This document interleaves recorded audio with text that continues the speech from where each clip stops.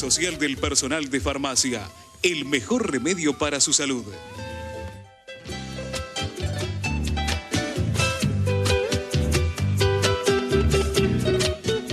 Bueno, Luis, vamos a pasar de los temas internacionales. A ver, a los temas que tienen incidencia internacional, pero que son locales, y me refiero a la ley de comunicación, ¿no? Y bueno, y acá siempre, ¿qué es lo que podemos decir? Nuestro celular, las tecnologías, pero vamos más allá de un celular, ¿no es cierto?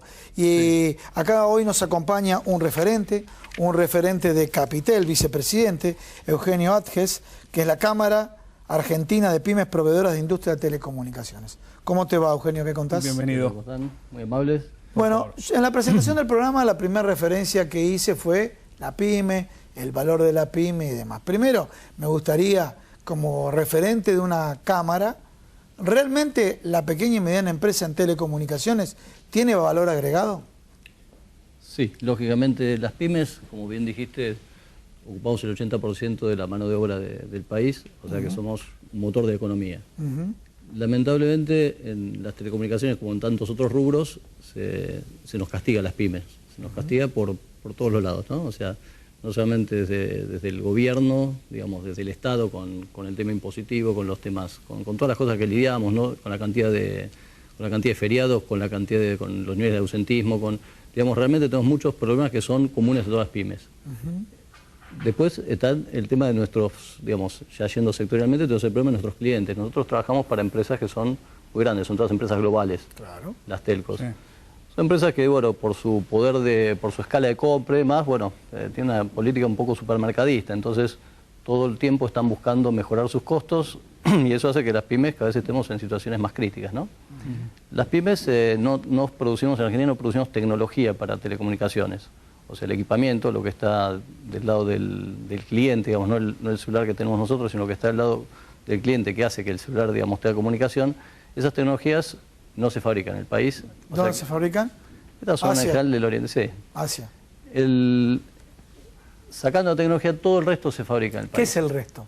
El resto es, para poder tener una comunicación, hace falta una torre, como se ve ahí. Estamos viendo las torres, perfecto. Hace falta una torre, hace falta obras civiles, hacen falta instalaciones de energía, hacen falta puesta a tierra, hacen falta software, hace falta un montón de otras cosas que hacemos las pymes nacionales y que es lo que sería la infraestructura propia de la red de telecomunicaciones. ¿Por qué? Te hago una pregunta, Eugenio. A ver, los que por ahí tenemos posibilidad en algún momento de viajar y de ir a otros lugares, vemos que el tema de las comunicaciones es tan sencillo, tan simple, estás siempre conectado, tenés buena señal, te comunicás bien. Cuando estás acá y por ahí estás en un lugar donde, bueno, estás en una ciudad, ¿sí? Tenés que hacer y seguir haciendo esos famosos malabares para poder comunicarte o quedarte sin señal o de pronto no tener acceso a internet cuando te tenés contratado el servicio. Entonces, ¿qué es lo que está fallando? Más allá de que se vende a través de esa empresa, por ejemplo, proveedora de telefonía celular, el servicio de comunicación desde ese lugar. Bien, digamos, no hay un solo motivo para que las comunicaciones estén como están. O sea, tenemos problemáticas que son responsabilidad de las telcos, tenemos problemáticas que son responsabilidad del Estado. Digamos, para tratar de hacerlo un poco simple, digamos, hay una cuestión que es el espectro, que es el espectro de radiofrecuencia donde viajan las telecomunicaciones.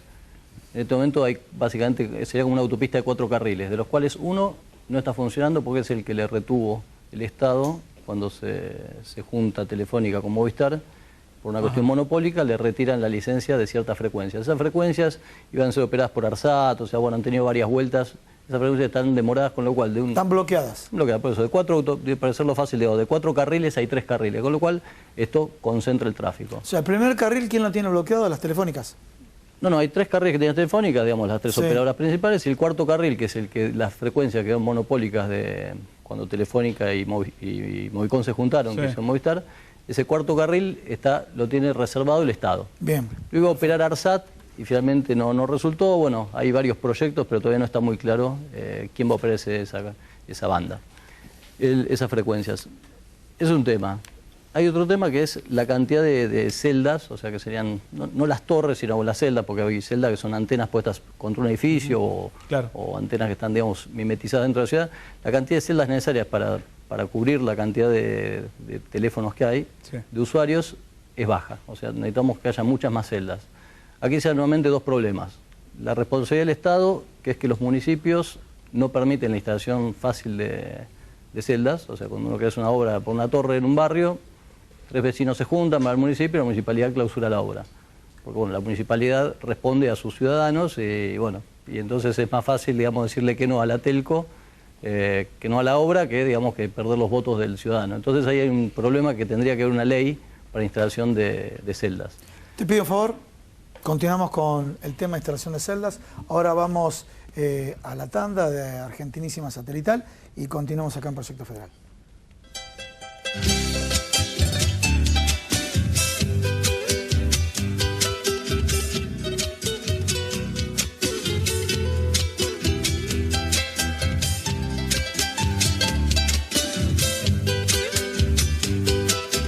Federación Argentina de Trabajadores de Farmacia. Más de 60 años en defensa de los derechos del trabajador del sector. Comprometidos con la formación de nuevos líderes sindicales. 011-4943-4005. Obra social del personal de farmacia. El mejor remedio para su salud. Trabaja en defensa del sistema solidario de salud. 0800-333-9820. Turismo Social de FATFA. Piensa en el descanso de todos los trabajadores de farmacia, ofreciendo un amplio circuito hotelero en todo el país. 011-4941-9910. Instituto Superior de Formación Tecnológica de FATFA apuesta al crecimiento profesional de todos los trabajadores de farmacia del país. www.institutofatfa.com.ar.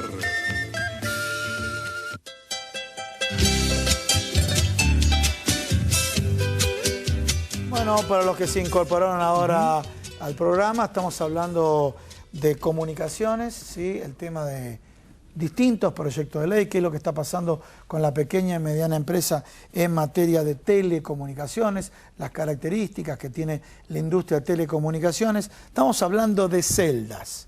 Explicarle nuevamente a la gente qué es una celda, porque muchos, inclusive en el periodismo, repiten mucho la terminología celda y creo que no la tienen clara. ¿Qué es celda?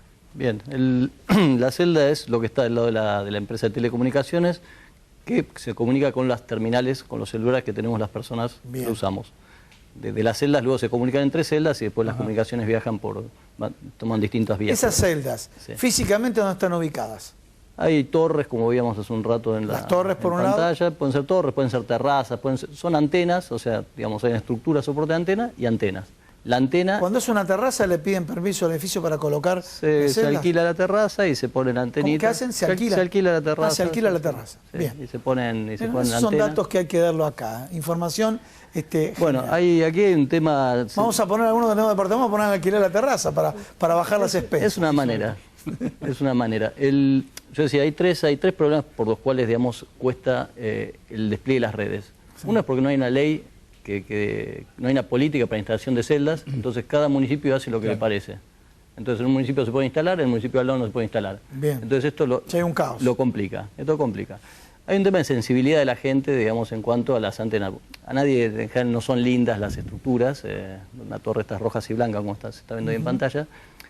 No obstante, hay manera de hacer infraestructura que sea mucho más mimetizada con el urbanismo. Entonces, estas cosas se pueden hacer.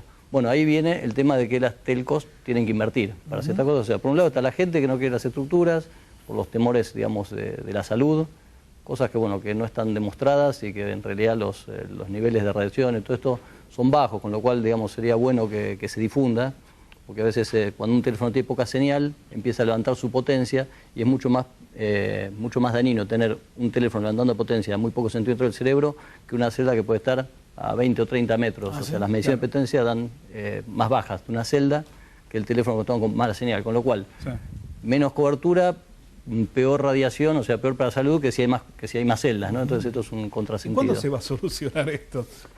Bueno, aquí, digamos, nosotros empezamos a trabajar el año pasado, desde acá empezamos a trabajar con AFTIC sobre la ley de instalación de sitios. se trabajó en bastantes cosas, con sustitución de importaciones, o sea, realmente se estaba trabajando bastante bien con AFTIC, que fue el único organismo que nos ha dado lugar desde la formación de la Cámara hace varios años. Cuando hablamos de sustitución de importaciones, para aclararles a todos ustedes, es generemos valor agregado nacional. Por ejemplo, las mamás que sus hijos dicen, a ver, ¿cuáles son las nuevas carreras? Las nuevas carreras están vinculadas a lo que está hablando el señor, ¿no es cierto? Vinculado con las telecomunicaciones, ¿no? Yo quería, ese es el valor, esos son los trabajos de alto valor agregado que, de alguna manera, se pretende, el gobierno actual, defender y que lo dan las pymes. Y también están en un contexto complejo, ¿no? Las pymes. Sí, acá, digamos, son demasiados temas, ¿no? Digo, sí. Para cerrar un poquito el tema celdas, digamos, está el tema de que hace falta una ley para que se puedan instalar las celdas, correcto. Y hace falta inversiones importantes por parte de las telcos. Bien, perfecto. Cuando se conjuguen estas cosas, tendremos, digamos, la cantidad de infraestructura necesaria para poder soportar la cantidad de celulares que hay en la calle. Bien, vamos ustedes, todo lo que está faltando, están pidiendo una ley, representan a las empresas, a la pequeña y mediana empresa. Ustedes que representan a la pequeña y mediana empresa, están viendo un escenario internacional en el cual volvemos al fenómeno de los grupos concentrados. La consultora McKinsey aparece como la sábelo todo, vos me vas a decir si es así o no. La consultora McKinsey aparece con un fenómeno, a ver, McKinsey es como decir en supermercadismo Carrefour, como decir en supermercadismo las grandes cadenas internacionales. Sí, digamos, se ha convocado para hacer una ley de telecomunicaciones y la realidad es que nos sorprende, o no sé si puedo decir la palabra sorprende, que no se nos convoque, digamos, a las pymes locales, las que hemos armado todas las redes, o sea, toda la infraestructura de las redes de todas las que están acá en Argentina existentes, las hemos armado las pymes que trabajamos en este rubro. Bien.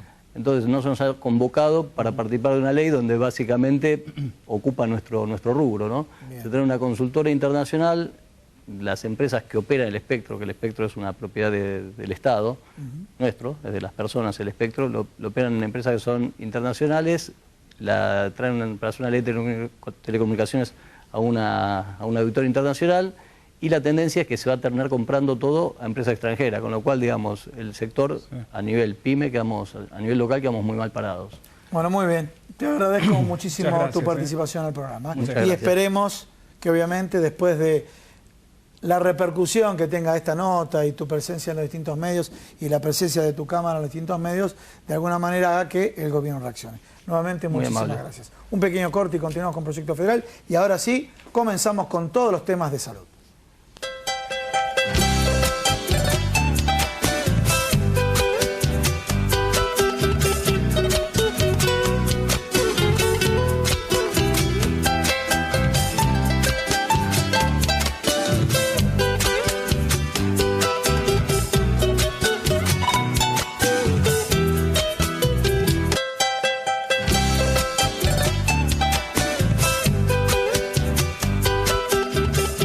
Seguimos en este programa de Proyecto Federal el día de hoy. Bueno, hemos hablado un poco de política internacional al principio, hemos hablado de telecomunicaciones hace un ratito, y ahora llega el momento de tener que hablar de salud puntualmente, temas de actualidad que no nos deben solo preocupar, sino ocupar por sobre todas las cosas.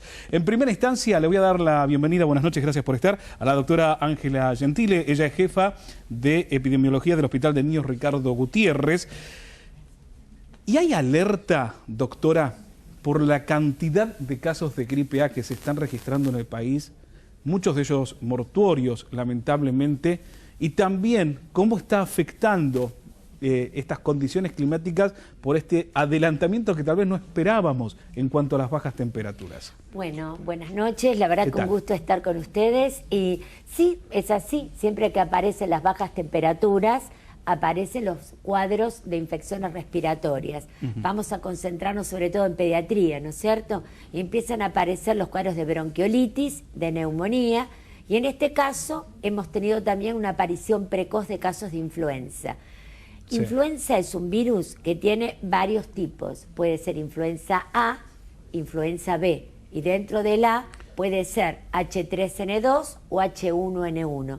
Quizás la más conocida, la que adquirió notoriedad, es H1N1 por la gripe A, pero en realidad el cuadro clínico es igual, tanto sea un H1N1 o gripe A, como un H3N2, como una influenza B.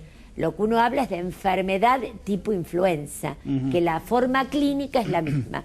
Pero obviamente las bajas temperaturas han hecho que estos virus respiratorios circulen más precozmente. En pediatría siempre, por supuesto, el rey es el virus sincicial respiratorio, que sigue más o menos representando el 70% en los menores de 2 años. ¿Qué es el virus sincicial respiratorio? El virus sincicial respiratorio es un tipo de virus que causa bronquiolitis fundamentalmente en los chicos más chiquititos, los menores de 2 años sobre todo, pero que también está presente en otras edades. Así como influenza, tenemos menos casos en pediatría y hay más casos en las personas con enfermedades de base o bien en los adultos mayores de 65 años. Doctora, a ver, yo decía recién, ¿no? Tenemos que preocuparnos u ocuparnos frente a este incremento de estos casos de gripe A. Yo creo que tenemos que ocuparnos, hay que tener claro que con el frío aparecen estos cuadros respiratorios y hay que tener muy claro las medidas de prevención. Por ejemplo, el virus sincicial respiratorio no tiene vacuna, el virus influenza tiene vacuna. Entonces, obviamente, acercarse y vacunarse los grupos vulnerables que están perfectamente marcados es fundamental hacerlo. Bien. También hay otras medidas más generales para tomar, sobre todo en pediatría con este aumento de las infecciones respiratorias. Por ejemplo, todo lo que es barrera. Los virus, este tipo de virus, no solamente se transmiten por vía respiratoria, sino también por contacto. Se quedan en las superficies entre 6 a 8 horas. Si yo estornudo o toso y no lo hago de manera adecuada, tapándome con el ángulo interno del antebrazo, lo que hago es que toda esta mesa quede contaminada con pequeñas gotitas que tienen virus. Entonces, si otro lo toca con la mano, evidentemente puede seguir aumentando la cadena de transmisión y esto aparece por contacto. Es muy difícil. Por eso el lavado de manos y el toser en forma adecuada es un mecanismo de barrera básico. Nos pasa, ¿no?, que a los que somos tal vez un poco más cuidadosos cuando venimos de la calle a nuestra casa o llegamos a nuestro lugar de trabajo después de haber manipulado dinero, haber, por ahí tomado el mismo picaporte que mucha gente para ingresar o egresar de algún lado, sucede esto, ¿no?, que también es muy difícil poder a lo largo del día, en las diferentes actividades también, mantener esa continuidad higiénica por las cuestiones que también uno no está tan pendiente. Podés estar pendiente en ciertos momentos, pero no en todo, absolutamente en todo momento. Absolutamente, pero todo aquello que uno puede hacer para lavarse manos con agua y jabón o un gel alcohólico es fundamental. También en los chicos la consulta precoz, aparece fiebre, nunca automedicarse, la lactancia materna, nunca estar en lugares con humo, tabaco, lugares muy cerrados, permanecer o permitir que haya aireación en los ambientes, todo eso es fundamental y son medidas muy generales que ayudan mucho a todo lo que es la prevención. Esa costumbre que tenemos, ¿no? Llegan las bajas temperaturas, cerrar todo y estar calentito lo mejor que se pueda. Hay que airear un poco, que eso es fundamental. No es tan bueno. Y quiero recordar la vacunación, porque en este momento, por ejemplo, es muy baja la cobertura de vacunación en pediatría, cuando realmente estamos necesitando que los chicos se vacunen. Yo formo parte de la Comisión Nacional de Inmunizaciones de Argentina y hace ya muchos años, y también, digamos, de los grupos de expertos que se está trabajando en ciudad y en nación, y observamos con preocupación que la cobertura en embarazadas y en pacientes pediátricos no es toda la que uno quisiera. Se está vacunando mejor los mayores de 65 años y se está vacunando también mejor el personal de salud. Tenemos vacuna, lo importante es usar la vacuna que tenemos. Por lo menos en el ámbito público hay vacuna. Yo trabajo en un hospital pediátrico del gobierno de la ciudad y de hecho hemos en el hospital de niños, al igual que en otros hospitales, hemos abierto ahora los vacunatorios los fines de semana para que la gente se acerque a vacunarse, los que están en los grupos vulnerables, claramente. No es necesaria una vacunación masiva. Con una vacunación puntual a los más vulnerables, no es una vacuna que va a permitir erradicar la enfermedad. Esto no es como la polio, no es una vacuna que pero sí va a bajar la hospitalización, va a bajar todo lo que es la complicación y por supuesto la muerte, sobre todo en pacientes con enfermedades de base. Así que la importancia es que los chicos reciban las vacunas en tiempo y en forma. Ya venimos nuevamente con usted, doctora. Bueno, está Patricia Dominicini también para hablar con nosotros. Bueno, en consonancia con lo que está diciendo la doctora, ¿qué pasa con el expendio de las vacunas? Porque hemos escuchado que hay un faltante, pero no un faltante porque sí, fue un faltante porque realmente hubo una demanda en un momento muy grande, fundamentalmente de ciertos grupos mayores de 65 años, como marcaba la doctora, y de ciertas personas con enfermedades crónicas, que no alcanzaron esos 5 millones. O sea, hubo que volver a producir y tarda, obviamente, un tiempo. Por eso también se genera esos faltantes en algunos lugares, ¿no? Sí, totalmente. Como bien dijo la doctora, en el ámbito público no, sí en el ámbito privado. Una cosa a destacar es que, bueno, las bajas temperaturas empezaron mucho más temprano este año que lo que fue el año pasado o años anteriores. Y frente a lo que han sufrido muchas personas que no están dentro de estos grupos vulnerables, hablamos de personas que están en edad activa, en edad laboral, de 40, 50 años, un poco menos, que bueno, frente a lo que sufrieron el año pasado, este año dicen, bueno, no, este año me vacuno, no quiero caer en cama tanto tiempo y demás. Bueno, eso hizo que la demanda aumentara. Muchas veces cuando en las farmacias, que suele participar mucho de lo que son las campañas de vacunación para los pacientes de PAMI, ¿sí? Sí. Y bueno, los pacientes de PAMI, porque son grupos vulnerables, los que pueden económicamente y saben que las vacunas de PAMI tardan un poco, bueno, empiezan también a comprarlas y a aplicarse antes. Eso hizo que, bueno, hubiese una mayor demanda y obviamente ahora nos encontramos sin vacunas dentro de lo que es el ámbito privado, ¿sí? ¿Notaste mayor conciencia, concientización antes de que comiencen a generarse estos casos masivos de gripe A o frente a la exposición y de los medios públicos que comenzaron a contar lo que estaba sucediendo? La gente aumentó la necesidad o querer ir a vacunarse por, bueno, este temor a poder contagiarse. Es el temor. La prevención todavía no falta un poco, no, falta la prevención un poco. Todavía sigue habiendo casos, esto bueno, la doctora lo puede decir mejor que yo, de casos de papás que no quieren vacunar a los chiquitos por el mito que la vacuna le provoca la enfermedad. El otro día me pasó con una persona grande, de más de 40 años también, diciéndome, no, yo no me vacuno más porque la otra vez me vacuné y me enfermé peor. Me engripé, te dicen, y yo ¿no? le estaba explicando, claro, que posiblemente se haya contagiado antes de aplicarse la vacuna, y obviamente la vacuna no da tiempo a generar estos anticuerpos, pero sigue estando este mito. Y como yo digo siempre, a veces pasa que, bueno, de repente yo no me vacuno, pero tengo un buen sistema inmunológico y, bueno, puedo tener un resfrío, pero puedo ser portadora del virus.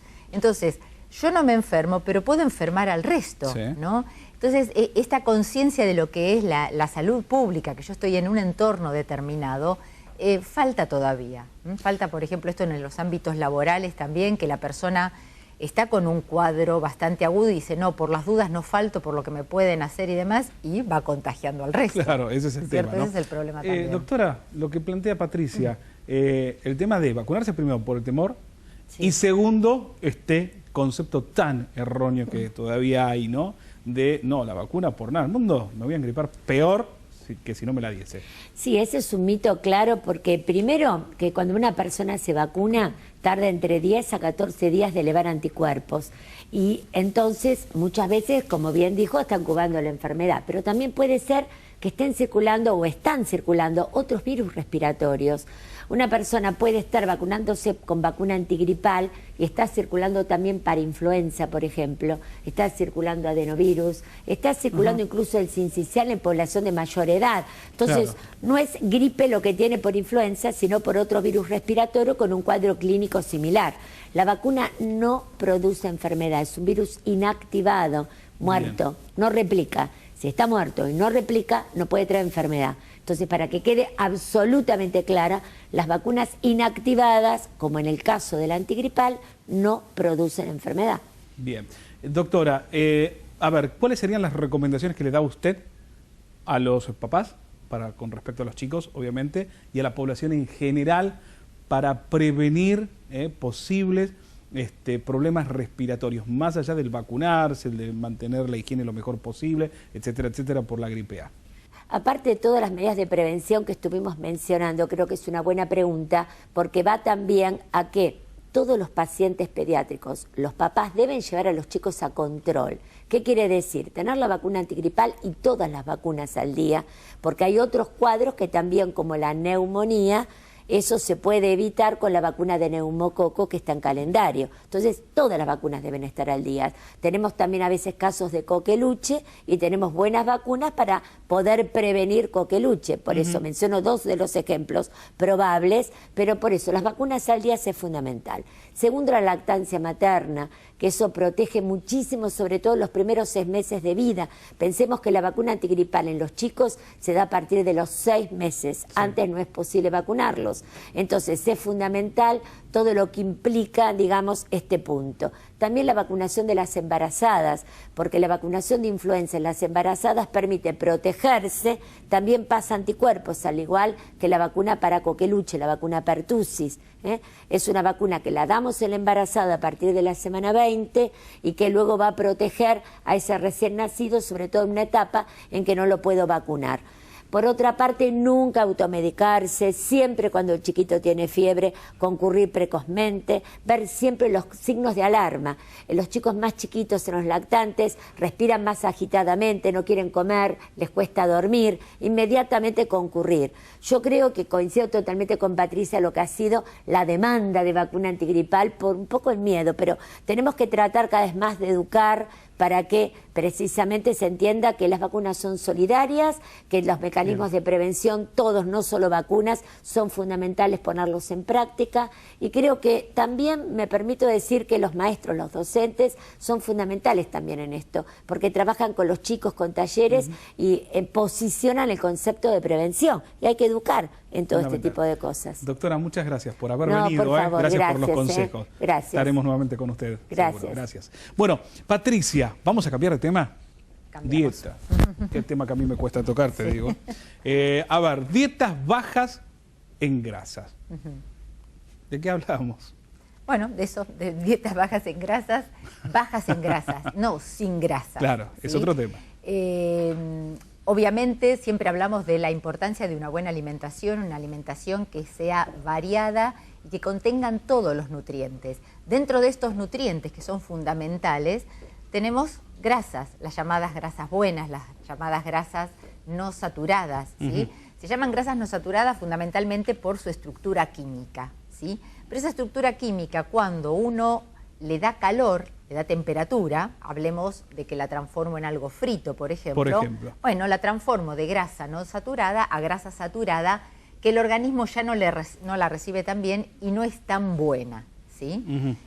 Pero, bueno, vos dijiste bien, dietas bajas en grasas. ¿Por qué? Porque estas grasas buenas también ayudan al organismo a fabricar aquellos compuestos que de por sí solos no puedo fabricarlos, como pueden ser hormonas, como puede ser la vitamina D, ¿sí? Que son sumamente importantes en la salud general de la población. ¿Qué comidas son bajas en grasas y están ideales, o son ideales, mejor dicho, para una correcta alimentación? No solo para bajar de peso, sino para estar bien alimentados. No, también, estamos hablando de esto solamente de estar bien alimentados y no tener ninguna otra patología, digamos, que dependerá también de la cuestión genética de cada paciente en sí. Pero bueno, todo lo que sean las verduras, todo lo que sean frutas, obviamente son alimentos bajos en grasas. Las grasas, digamos, o los alimentos que provienen del reino animal, llámense carnes, cualquiera sea, tienen un poco de materia grasa, porque nosotros también tenemos materia grasa. Sería cuestión de que ese tipo de alimentos disminuir un poco el consumo, no eliminarlos. Y por otro lado tenemos, digamos, como materias grasas fundamentales en nuestra alimentación, los aceites, que serían los mejores, ¿sí? Porque esos sí tienen grasas no saturadas. Las grasas saturadas provienen solamente de, o son de origen animal, por ejemplo, como puede ser algún tipo de, bueno, de grasa, la grasa de cerdo, por ejemplo, que le emplean tanto. Pero todo lo que provenga del reino vegetal tiene fundamentalmente grasas no saturadas, que son las grasas buenas. Dentro de los aceites, el mejor, el aceite de oliva.